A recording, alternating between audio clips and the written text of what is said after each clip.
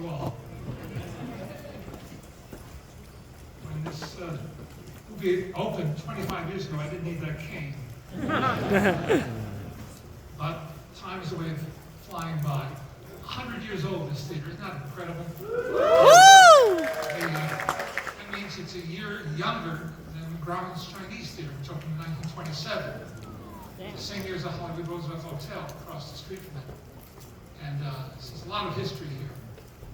And this is sort of more recent history we're going to celebrate tonight. I don't like working with notes because I feel like it's cheap. I'm going to be sorry if I don't, because I'm sure I get all the credentials that I need to give you. The three incredible guests we have tonight. We have the executive producer of the film, Larry J. Franco. Larry, come on out.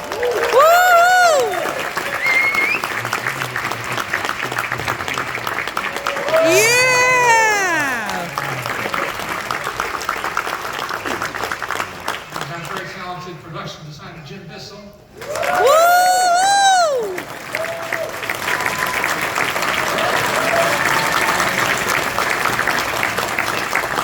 And of course, the director, Joe Johnson. Yeah!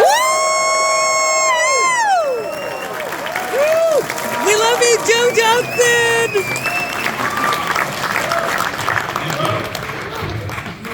I'm not going to do a list of IMDb person here, but I just want to give you an idea of what talent is gathered here on this stage. Larry Franco's other credits include Escape from New York, Batman Begins, October Sky, and just so you know, he's not twiddling his thumb these days. He also produced Happy Gilmore too. If he had never done anything else, Jim Bissell could go to the next life happy, knowing that he designed E.T. the Extraterrestrial. Yeah! This is one of his many credits, which include 300, several Mission Impossible movies, several George Clooney directed movies, and Jumanji. Jumanji! Joe Johnson, we know Joe's credits include some films that I truly love, like October Sky, and the underrated, much-loved Hidalgo. Yeah! Captain America, the First Avenger. Yeah! And of course Jumanji, which they all worked on together. But did you know that this man sitting here, this unassuming fellow sitting here, designed the Millennium Falcon? Whoa! And Yoda? Woo! I love that guy. That's the caliber of people that we're talking to tonight. Welcome to all of you. Thank you all for being here. Woo! I'll start with you, Joe. How did this all get started, this film? This film, well, I had made a little film for Disney called Honey, I Shrunk the Kids. Yeah! That was his first directorial endeavor. This one is only his second feature film. That was my first film, and I thought after Honey, I Shrunk the Kids, I knew how to direct a movie. Well, Honey, I Shrunk the Kids was basically 4 kids in a big soundstage in Mexico City. And so I said, yeah, I can direct a movie. And then this thing came along, and I realized I didn't know what I was doing. It was like the first day of school. But it was just all about asking myself, where should the camera be for this shot, and how should this actor say this line? And it was sort of instinct. But I can't say it was fun, but it was great. It was great having done it. It's a picture that... Yo, it was fun. You say that now. Don't you remember when it was about 32 degrees out in the bean field out for Lucky Lindy's flight test? Coldest night I ever spent on a movie since I've decided. How did you get the gig? How How did you get the gig? This is based on Dave Stevens. It is. Well, comic book. after Honey, I Shrunk the Kids came out, Disney asked me if there's anything else I'd like to do. And I said, I know that this graphic novel, I'm a big fan of it. It's called Rocketeer. And they said, we have good news. We have the rights to it. So it's sort of, that things move forward from there. But how true did they want to stay to Dave Stevens' concepts and Well, I wanted to stay very true to Dave Stevens' concept. We had to make a few changes based on the Betty Page character. Mm-hmm. But we say it as true as we could within the budget, I think. Mm-hmm. Jim, what about the look of the movie? How much did you rely on the source material, if at all? Oh, no, quite a bit, because Dave had done his homework, and he created this fantastic Los Angeles that never existed, but sort of existed, and certainly could exist in people's imaginations. So we drew from a lot of what Dave had done, and then we also sort of made, as Joe put it, made a postcard, a little loving postcard to Los Angeles in the 30s, and that informed a lot of the stuff that we did. What was the most interesting location you found? That we found? Yeah, well, that you used it. Because we built a lot. Tell us about it. Yes, but probably, I don't know, Joe. I guess, one of the best things we did was work in the Long Beach hangar, where they used to pull the big seaplanes up. And we turned that into the Howard Hughes hangar, where he makes his escape on a model of the big plane. Cruise goods. And we built the whole back area there with that beautiful deco office for Howard Hughes, which was really a lot of fun. Also, in that big space was where we put the gondola. We put the gondola and we had it on a big gimbal, and it was mounted about 15 feet above the ground. And then we had 120-foot painted backing of Los Angeles from the mountains that we slowly moved while it was backlit, and you got the feeling that you were in the gondola about 2,000, 2,500 feet in the air. And believe me, when you were in that gondola and it was moving and the backing was moving, you got airsick. Wow. Wow. That's pre-CGI, or just on the cusp of CGI. There was no CGI at all in the picture. Right. Totally crazy. No CG. I agree.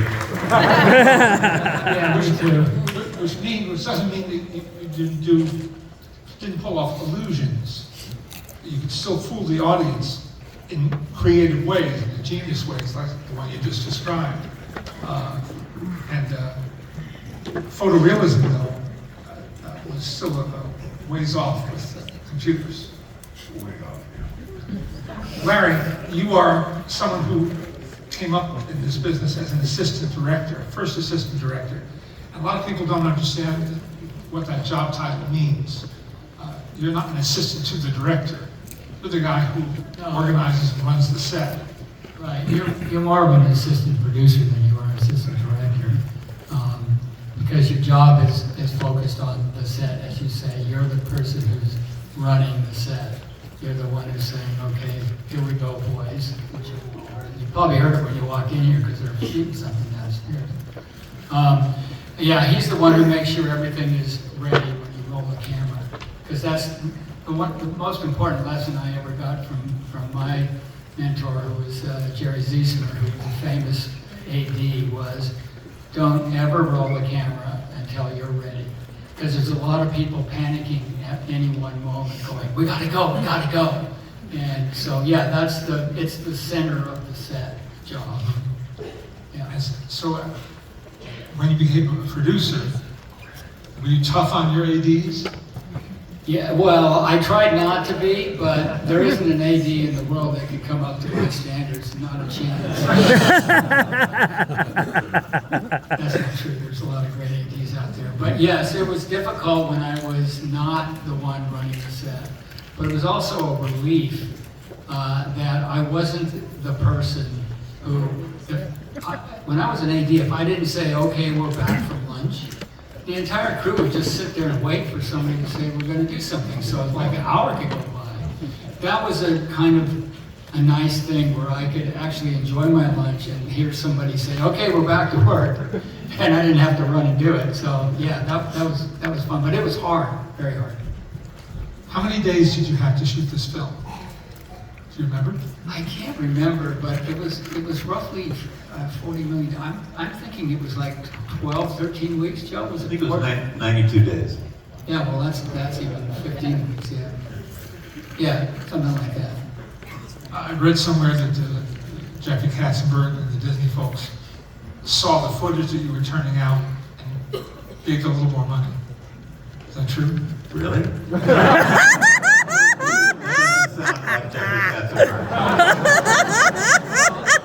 Honestly, to be fair, you know, we had a lot of arguments for, can we please, this is really going well, can we do this, can we do that, can we have a couple extra days? Jim just brought up the gondola. I mean, we were supposed to shoot that in 3 days. On day 9, you know, the head of production was down on the stage going, "What the hell's going on?" You know, that. But they weren't really on our backs because they were appreciating what they were seeing. So in a way, yes, they didn't throw money at us, but they let us keep going. Yeah. Well, you didn't spend a huge amount of money on the cast because you didn't have box office stars. Did you do the casting for this film? Nancy Foy, who's in the audience He's here somewhere. tonight. He's here tonight. He did the casting for this movie, but there were several actors who wanted to play Cliff Secord, and Bill Campbell was always my first choice, and he not only looked like Dave Stevens' character, he had that, you know, Americana face that is just amazing. So he was always my first choice. And for the leading lady? Can you do better than Jennifer Connelly?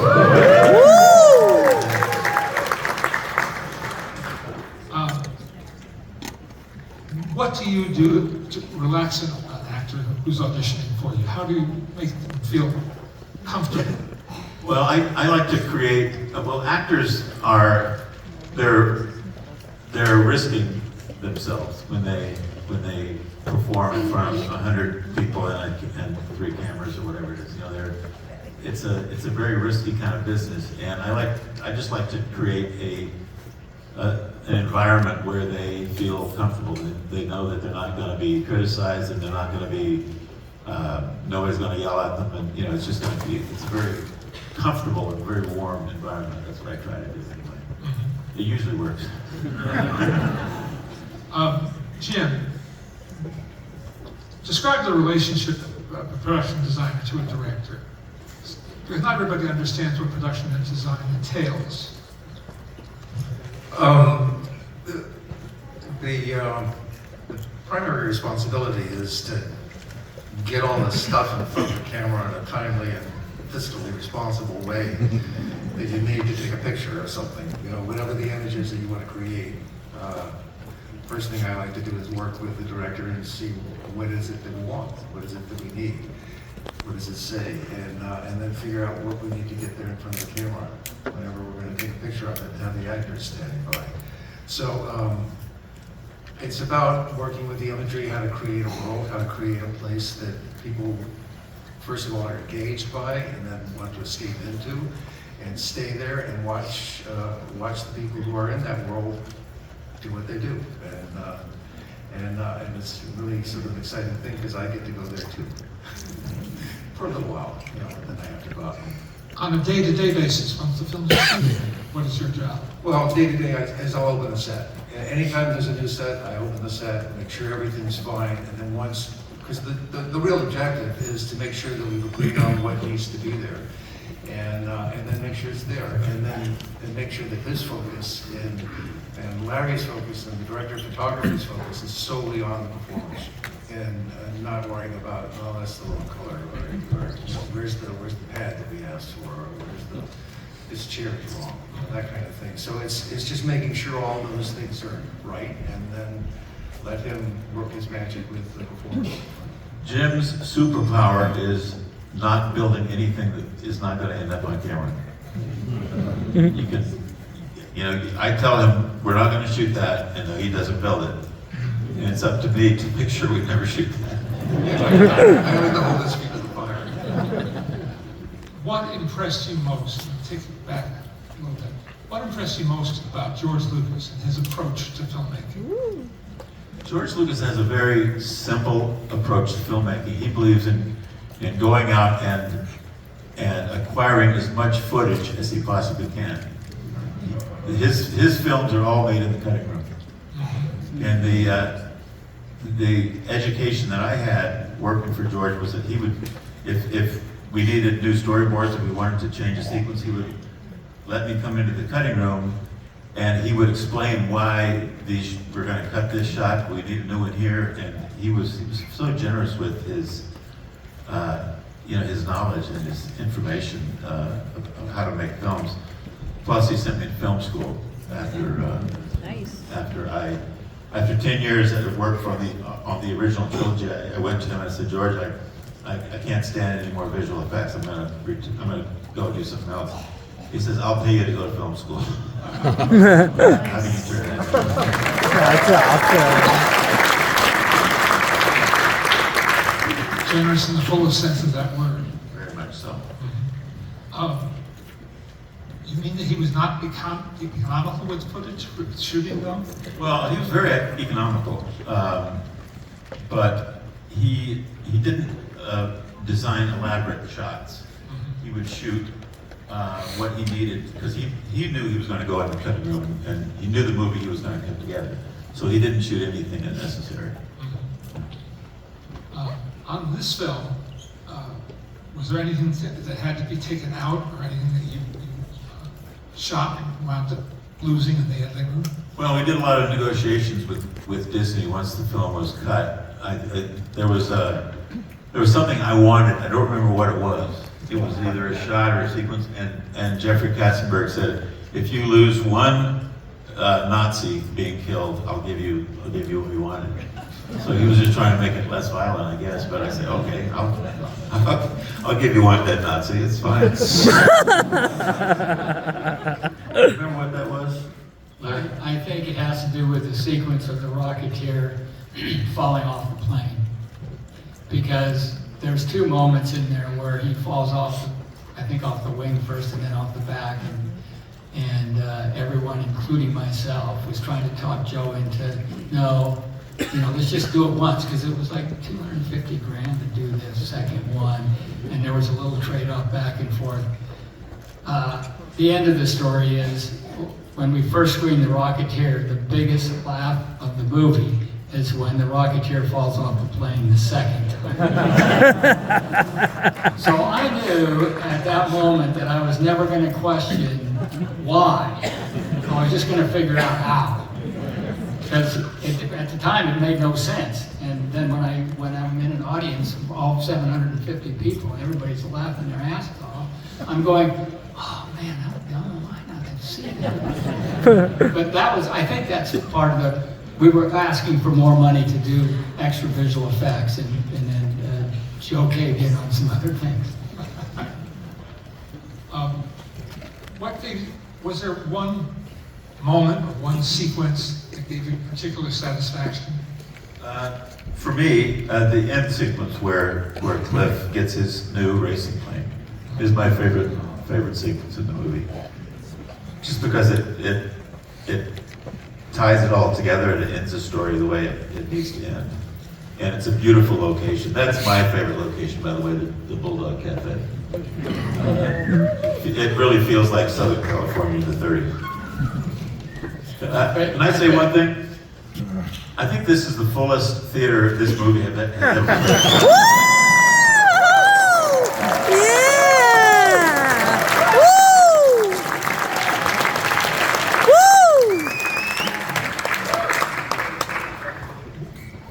What can I say? It's a tribute to this team that you're all here tonight. And,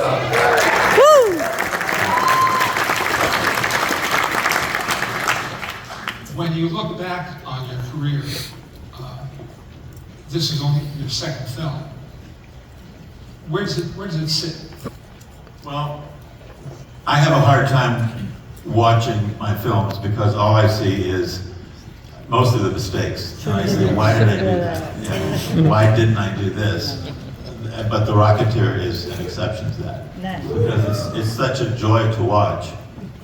I try to watch it every couple of years. It's just a pleasure. I mean, it wasn't a pleasure at the time. I don't care what Larry says. It was hell at the time, but having done it, it's one of my fondest memories of this business. I also have to say that James Warner wrote one of the best scores.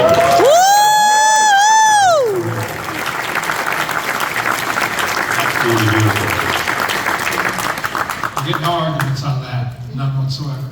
Jim, where does this rest in your body of work? I think that's about 12 years into my career at the time that I worked with Joe on this, and I would say, looking back now after 45 years, it's one of my favorites. It's really it's a touchstone, and I like to watch it every once in a while just to remind myself what a good time you could have when you're being miserable. Being beaten up, but you still make a really good movie.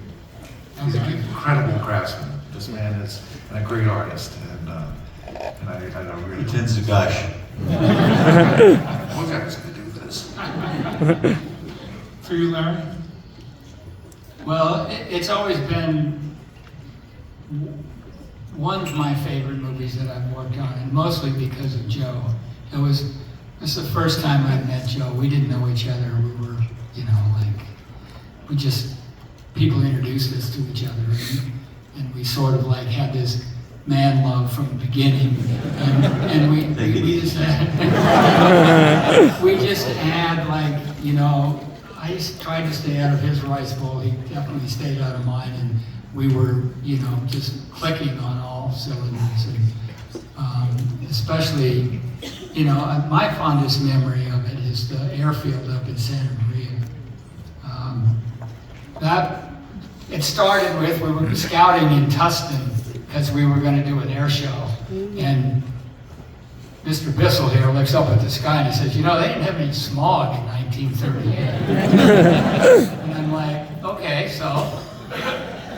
Anyway, next thing, we're scouting at an airport up in Santa Maria, and that's where we built the hangar, and there's a lot of memories about that air race and stuff that really is a fond memory for me.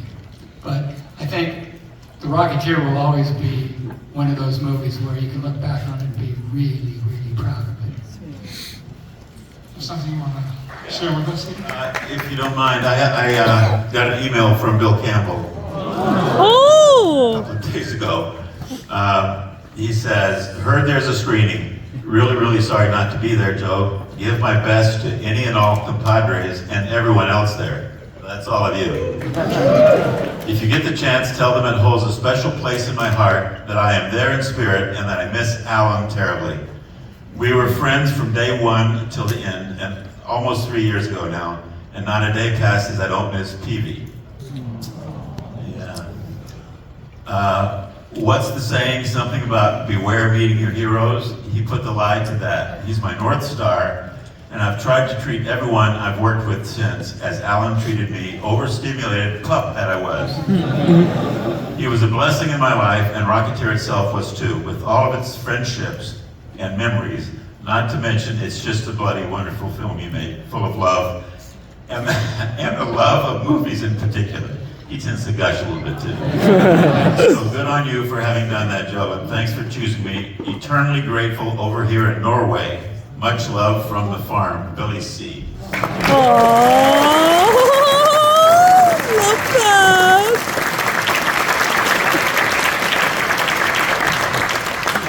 Well, special to all of you, it remains special to all of you.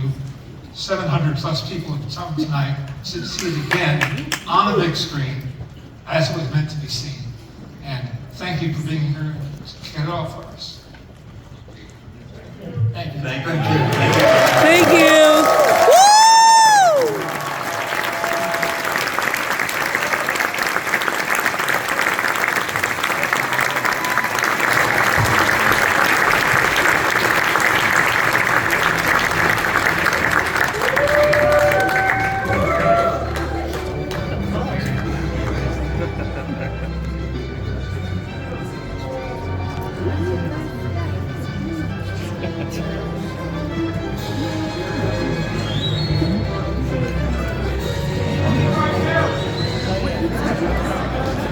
to keep talking about it.